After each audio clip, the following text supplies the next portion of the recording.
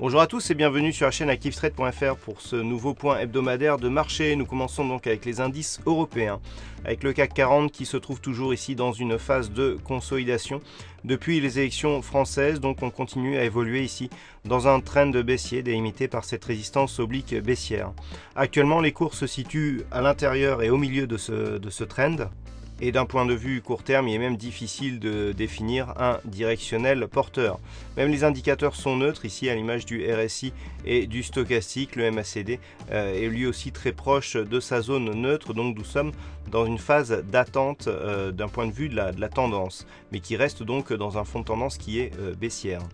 Du point de vue du DAX, par contre, la phase de consolidation est marquée, mais on est beaucoup plus proche de la résistance oblique baissière qui définit le haut du trend, malgré la cassure ici du support oblique qui définit une rupture de la dynamique un peu plus moyen terme. Ici, on reste au-delà du support des 11 874 points, donc dans ce mouvement de consolidation. Sur le DAX, si les cours venaient à casser ici cette résistance oblique, on pourra avoir un signal de sortie de cette phase de consolidation qui pourrait nous redonner du directionnel un peu plus haussier. Du point de vue des indicateurs, c'est quasiment la même configuration que sur le CAC 40 avec une certaine neutralité. Donc les signaux viendront éventuellement d'une possible rupture ici de cette résistance oblique. Tant que les cours évoluent sous cette résistance, eh bien on reste ici dans une tendance baissière de consolidation, donc suite au début de l'été 2017. Concernant les indices américains, c'est en unité de temps daily qu'il faut se placer pour avoir une vue de la tendance actuelle, donc toujours une dynamique haussière, capée ici sur une zone de résistance horizontale à 2480 points, donc sur le S&P 500. Les cours évoluent donc depuis quelques jours dans une dynamique légèrement baissière de consolidation, mais qui ne remet pas en cause la dynamique haussière portée ici par ce support oblique de moyen terme. Donc tant que les cours évoluent ici au-dessus de ce support, on est sur une poursuite de la tendance qui pourrait évoluer vers une rupture prochaine des 2480 points.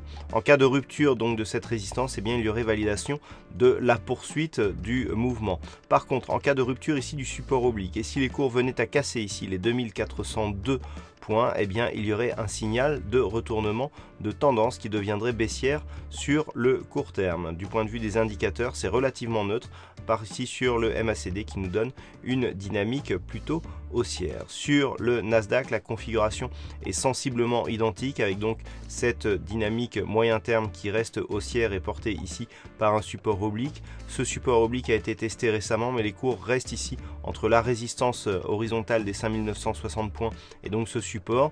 Une rupture haussière ici après une petite phase de consolidation nous donnerait un signal de poursuite de cette dynamique haussière moyen terme, alors qu'une rupture là aussi du support oblique nous donnerait un signal de neutralisation de cette dynamique. Seule une cassure des 5564 points nous donnerait un signal de retournement de tendance. Sur le marché du Forex et des matières premières et sur la paire de devises euro-dollar, eh bien la paire de devises évolue désormais dans un biais court terme neutre entre la zone des 1.17 ici et les 1.1890. Donc des cours qui ont été marqués au début du mois d'août et une zone à l'intérieur de laquelle évolue la paire de devises donc depuis le début de ce mois.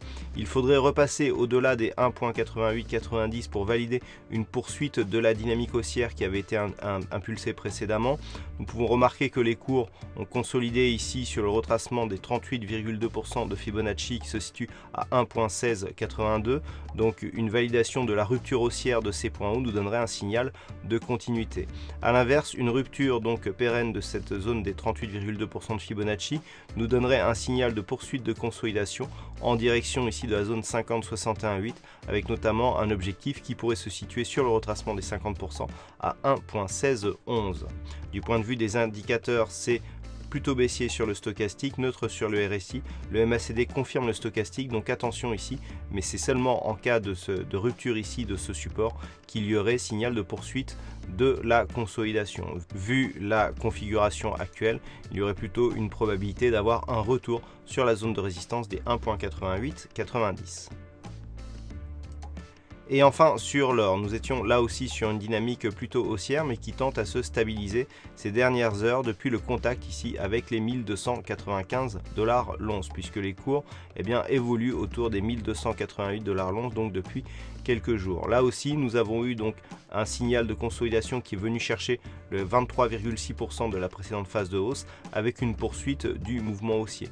Donc depuis nous sommes toujours sur cette dynamique avec notamment ce support oblique qui peut définir la dynamique actuelle que l'on est en train de tester un peu à distance actuellement. Donc pour l'instant on est toujours en attente d'un retour sur l'objectif des 1303 $ l'once. En cas de rupture ici de ce support oblique, on pourra avoir une neutralisation de la dynamique court terme avec un risque de revenir potentiellement sur cette zone de support intermédiaire des 1268,50 $ l'once. Du point de vue des indicateurs, c'est relativement neutre à l'image du RSI et du stochastique, même le MACD évolue assez proche de sa zone d'équilibre. Voilà ce que l'on peut dire sur ce point hebdomadaire de marché. Passez un bon week-end, de bons trades et on se retrouve dès la semaine prochaine sur la chaîne activetrade.fr.